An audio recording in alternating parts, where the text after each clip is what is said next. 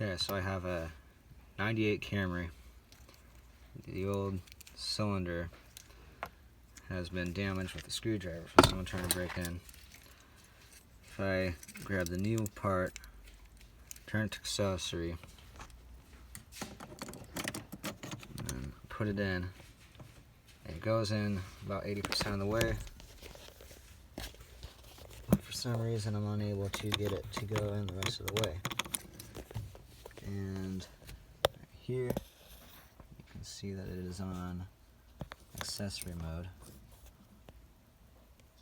Just the lighting. And I'm unsure what to do here, but this is a look inside.